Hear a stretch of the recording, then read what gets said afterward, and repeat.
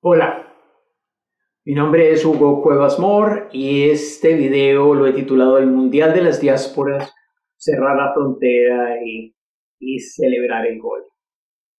Hago este video por tres razones básicas.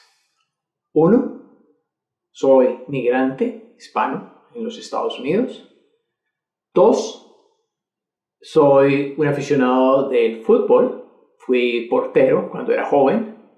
Y tres, escribí un libro sobre remesas. Esta es la versión en inglés, Sending Money, está la versión en español, Enviando Dinero. Y para mí, la Copa Mundial de la FIFA 2026, organizada por Estados Unidos, Canadá y México, nos muestra algo que muchos políticos todavía se niegan a aceptar, que la identidad nacional ya no cabe dentro de las fronteras nacionales. El fútbol, como le dicen en Estados Unidos, el soccer, se ha convertido en uno de los escenarios públicos más claros donde se cruzan la migración, la ascendencia, la ciudadanía, la historia nacional, la movilidad laboral y la contradicción política. Y la ironía es evidente. Muchos políticos hacen campaña prometiendo controlar las fronteras, pero los símbolos emocionales de la nación, o sea, sus atletas, sus victorias, sus banderas, están siendo producidos cada vez más por los migrantes, por la migración. Y tenemos grandes ejemplos en esta Copa Mundo. Un aficionado marroquí celebra a Hakimi, un seguidor de Curazao alienta a una selección formada en su gran mayoría por jugadores nacidos en el extranjero. Un aficionado de Estados Unidos celebra a Balogun, que fue nacido en Nueva York, criado en Inglaterra, con raíces nigerianas.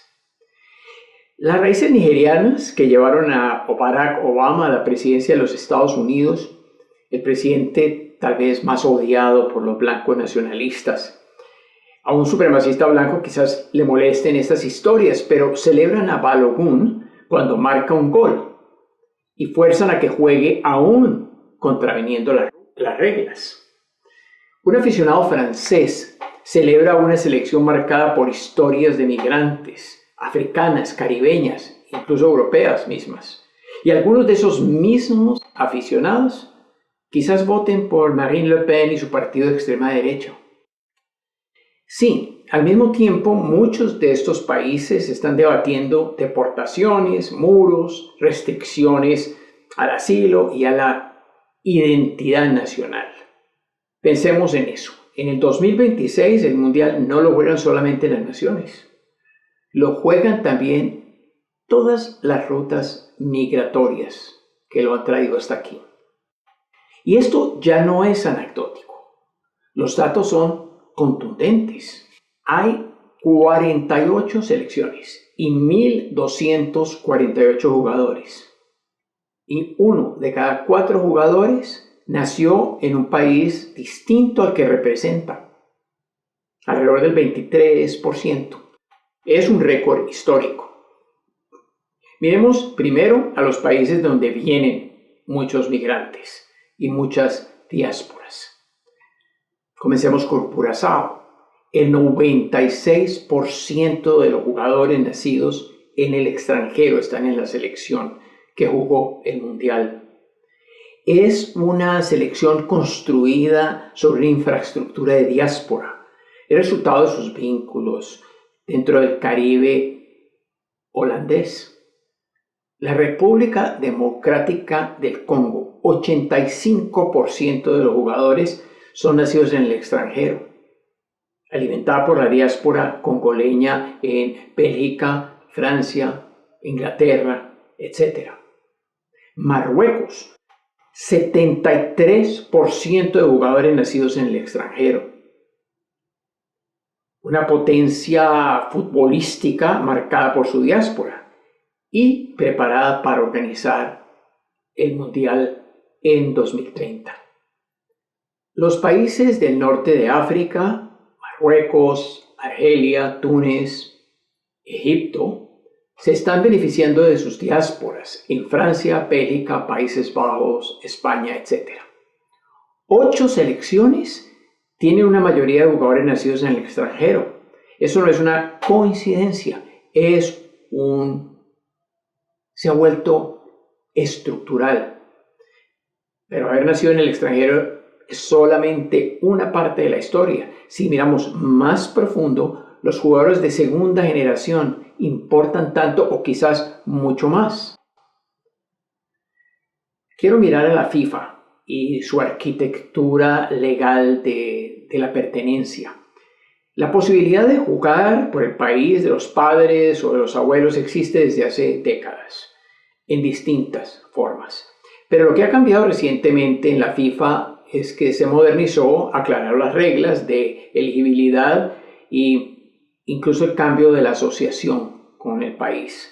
Y todo por la presión de la migración y sus consecuencias beneficiosas para el deporte, aunque no lo digan ni lo admitan en público.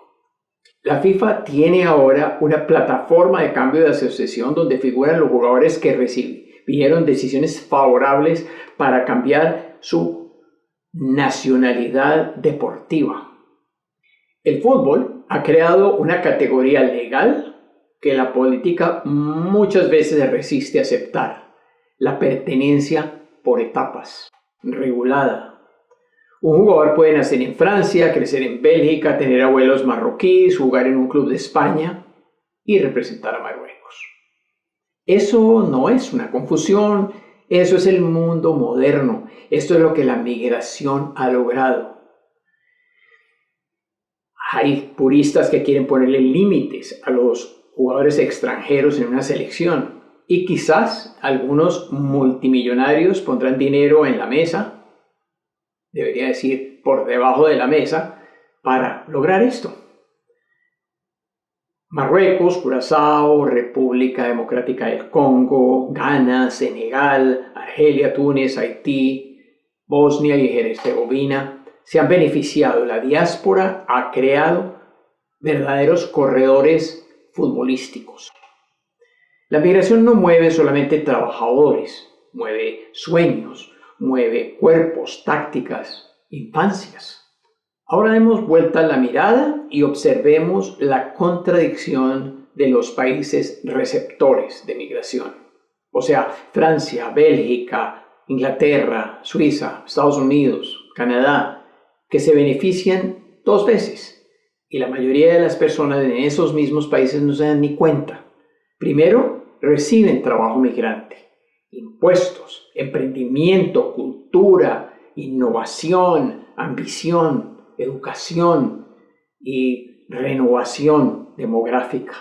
Segundo, reciben talento deportivo. Los hijos de los migrantes se convierten en íconos nacionales. Pero políticamente, esas mismas sociedades muchas veces tienen dificultades para aceptar a los migrantes como plenamente pertenecientes.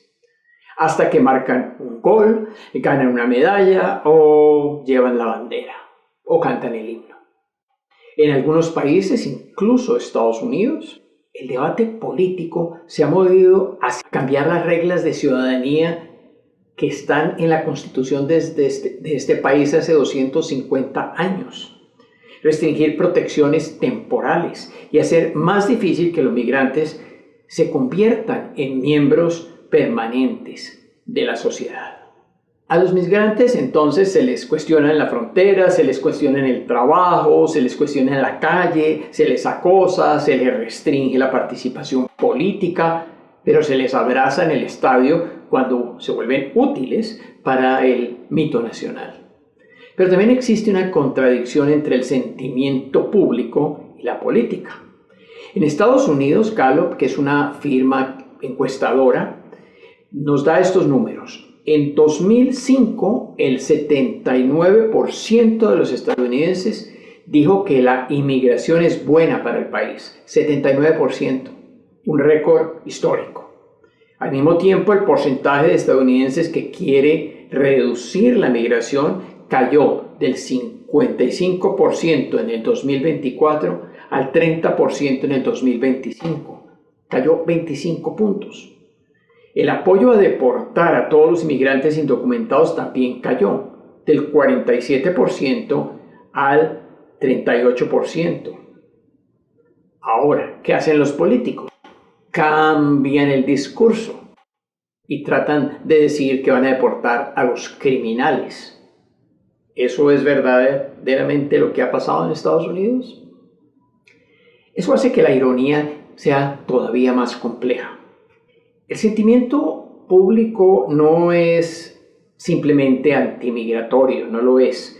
Muchas personas pueden querer el control fronterizo, pero también reconocen el valor de la migración. Entonces el argumento no es como los medios oficiales lo quieren hacer creer.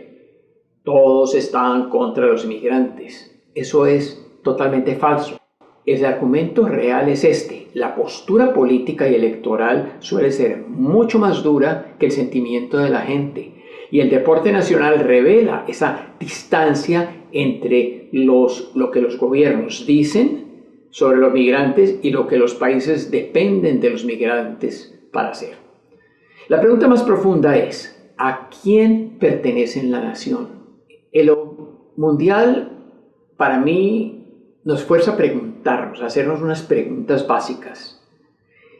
La nacionalidad es el lugar de nacimiento, es la sangre, el pasaporte, el idioma, la memoria, la historia familiar, la cultura vivida, la asimilación, un documento legal. Y tal vez la respuesta sea todas las anteriores. Muy pocas selecciones nacionales son museos de pureza. Son más bien expresiones vivas de la sociedad actual, nos muestran los mezclados e interdependientes que todos somos. Esto me toca a mí personalmente porque habla de mi propia vida y la de tantos otros como yo. Yo nací en Guatemala, de padre colombiano y madre francesa. Mi madre salió de Francia durante la Segunda Guerra Mundial y perdió su nacionalidad francesa, que nunca pudo recobrar. Y más tarde conoció a mi padre cuando ambos eran estudiantes en Canadá. He vivido en Guatemala, Colombia, Bélgica y me establecí en Estados Unidos desde 1992. Y he pasado mi vida tanto como especialista en remesas y pagos internacionales como escritor. Por eso, cuando miro la Copa Mundo, no veo solamente el fútbol. Veo migración, veo historias familiares, veo dinero cruzando fronteras, veo los sacrificios privados detrás de las celebraciones públicas. Quiero que miremos algunos países. Comencemos por Francia. Francia tiene 21 jugadores de 26 con antecedentes migrantes. 3 de ellos son nacidos en el extranjero: Michael Olise, Marcus Thuram y Brice Samba. Al mismo tiempo, alrededor de $20.000 millones en remesas personales se envían cada año desde Francia a las familias en el exterior. Y aproximadamente una cuarta parte de la población francesa, o sea, un 25%, es compuesta de migrantes. Canadá le sigue muy de cerca, con 20 jugadores de antecedentes migrantes, 7 de ellos nacidos en el extranjero. Canadá envía alrededor de $15.000 millones cada año en remesas personales. Y Canadá es quizás el país más claro de una nación migratoria moderna, por su política migratoria, su asentamiento de refugiados, una vida urbana multicultural y redes familiares que han sido globales y que son visibles en su selección nacional. Aproximadamente el 44% de los canadienses tiene raíces migrantes. 44%. Pasemos a Estados Unidos. La selección de Estados Unidos tiene 13 jugadores con antecedentes migrantes y 6 jugadores nacidos en el extranjero en su plantel de 2026. Berhalter, Reina, Dest, Robinson, Tillman y Alejandro Sendejas. 6 jugadores. Esa es la paradoja perfecta de esta nación de migrantes o the land of the free, una de las sociedades más marcadas por la migración en el mundo. Es también uno de los lugares donde se libran algunas de las más fieras batallas políticas sobre fronteras, asilo, deportación, supremacismo blanco, la religión, la identidad nacional. Y aproximadamente el 30% de la población de Estados Unidos tiene antecedentes migrantes muy recientes, incluyendo a los migrantes nacidos fuera de los Estados Unidos y a los hijos de esos migrantes de primera generación. Y los latinos somos centrales en esta historia. Somos alrededor de 68 millones de latinos en Estados Unidos, más o menos, la segunda población latina más grande del mundo entero después de México, incluso por encima de todos los países latinoamericanos y incluso España. Incluso con deportaciones, las redadas de ICE, el miedo y las presiones para que la gente se autodeporte, el país sigue siendo transformado por el trabajo, la cultura, el idioma y las redes familiares latinas. Más de 100.000 millones de dólares en remesas personales se envían cada año desde Estados Unidos, el monto más grande del mundo. Y muchos políticos se empeñan en restringirlas, en ponerles impuestos, sin darse cuenta de la importancia tanto para el país que las recibe, como para la estabilidad política y social de no solo de Latinoamérica, sino de continentes enteros. Cuento en mi libro, Enviando Dinero, la historia de las remesas, de cómo el gobierno de los Estados Unidos hizo todo lo posible para cerrar todas las compañías de envío de dinero étnicas, fundadas por migrantes para ayudar a sus propios connacionales y hacer que los grandes capitales tomaran el negocio. Esto lo cuento en detalle en mi libro por si te interesa ese tema. Terminemos con España, vale la pena. La selección española de 2026 tiene un solo jugador nacido en el extranjero, Aymeric Laporte, o Laporte, nacido en Francia, y que decidió representar a la Roja. Pero la historia migrante de España se ve con más claridad en la segunda generación. Miremos, por ejemplo, a Lamine Yamal, nacido en España con raíces familiares en Marruecos y Guinea Ecuatorial. Miremos a Nico Williams, nacido en España, cuyos padres llegaron desde Ghana. Su hermano juega para la selección de Ghana. Él decidió jugar para España.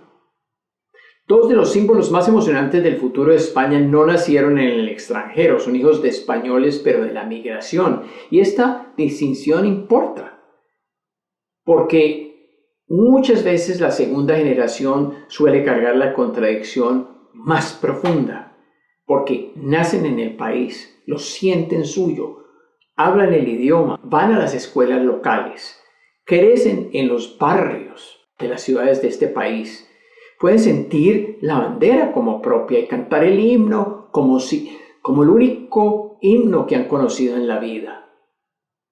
Pero la sociedad no siempre los acepta plenamente.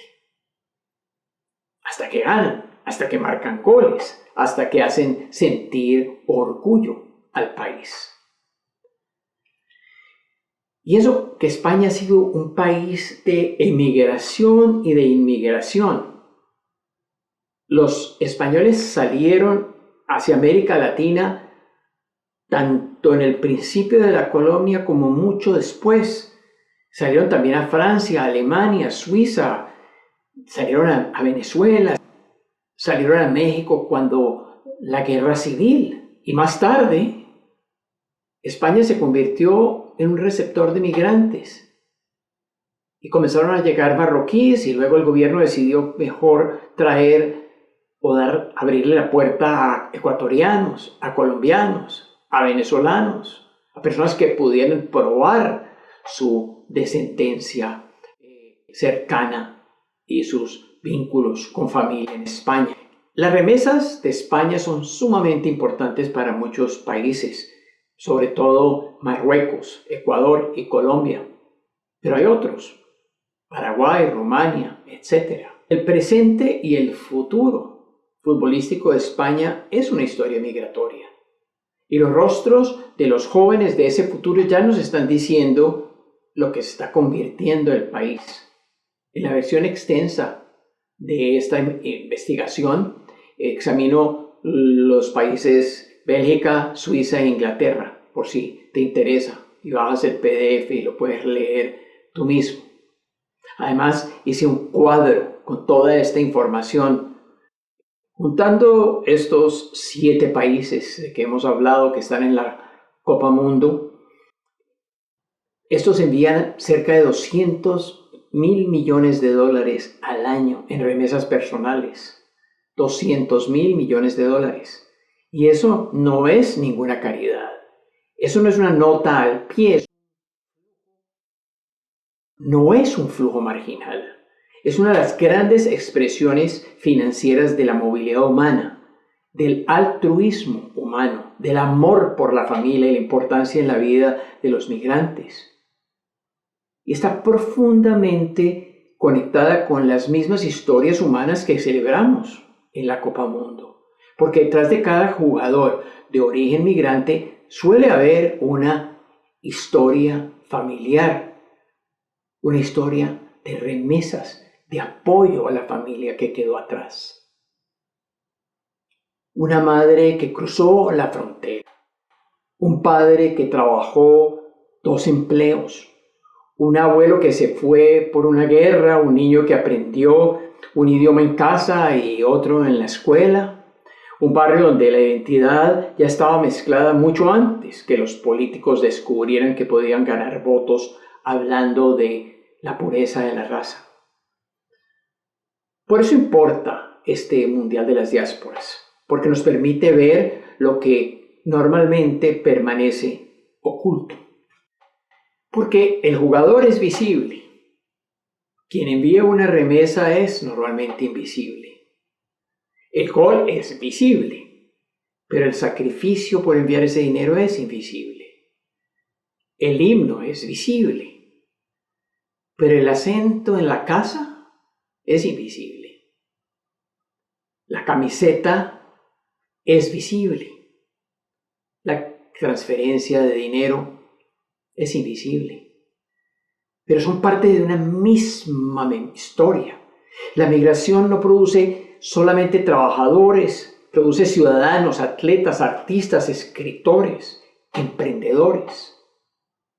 Produce nuevos idiomas, nuevos barrios, nuevas comidas, nuevas músicas, nuevos sueños. Y sí, también produce selecciones nacionales, como lo estamos viendo.